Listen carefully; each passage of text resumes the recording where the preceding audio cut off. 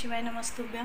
तर आत्ता सायंकाळचे आणि हो मेन गोष्ट सांगते, आजचा ब्लॉग सुरू करत आहे 5:15ला। सायंकाळचे 5:15 वाजलेले आहे आणि मला जायचं आहे बाहेर। म्हणजे आमच्या गावाजवळच एक छोटंसं गाव आहे बोपापूर म्हणून, तर तिथे छोटीशी यात्रा असते, म्हणजे मंदिर आहे एक, तर त्या मंदिराची म्हणजे यात्रा असते तिथली। तर तिथेच आम्ही सगळ्या बायका मिळून जात आहोत।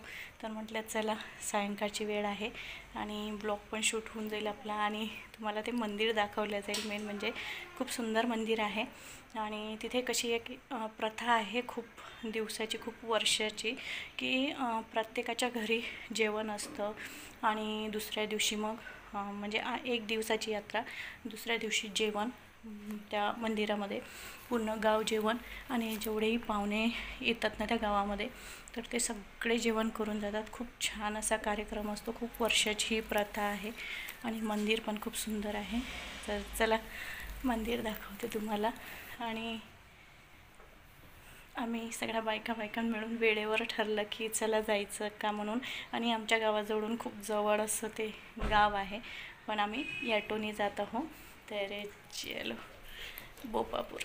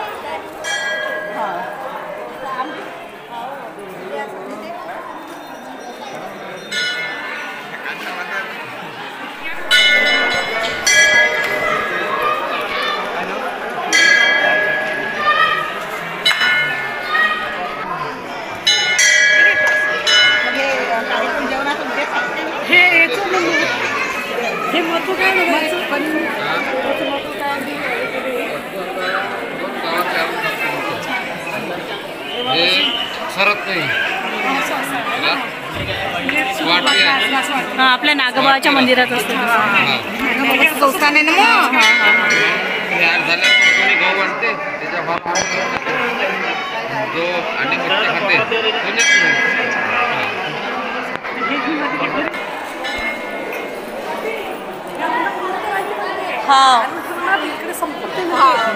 म्हणजे संपत म्हणजे पुरवत राहायचं सगळी हे जी कणिक आहे ना, आता उलटी केली देवकुंडी केली।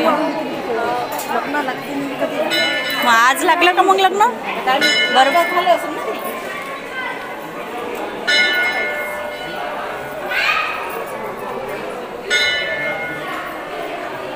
महिलांना आत प्रवेश नाही, सगळ्या महिला असते।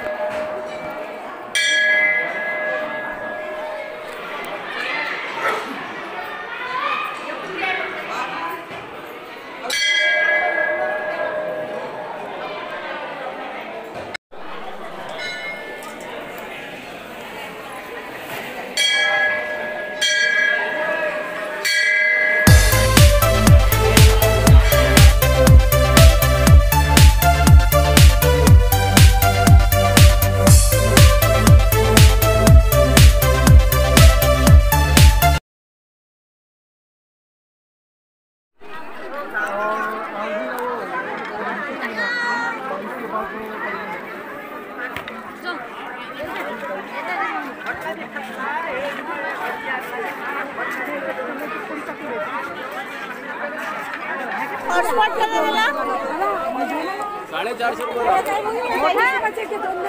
भाई दूसरी दुकान बघून घ्या तुम्ही 10,000 रुपये 50 हाँ क्या होगा भाई चलेगा लगा देना आपको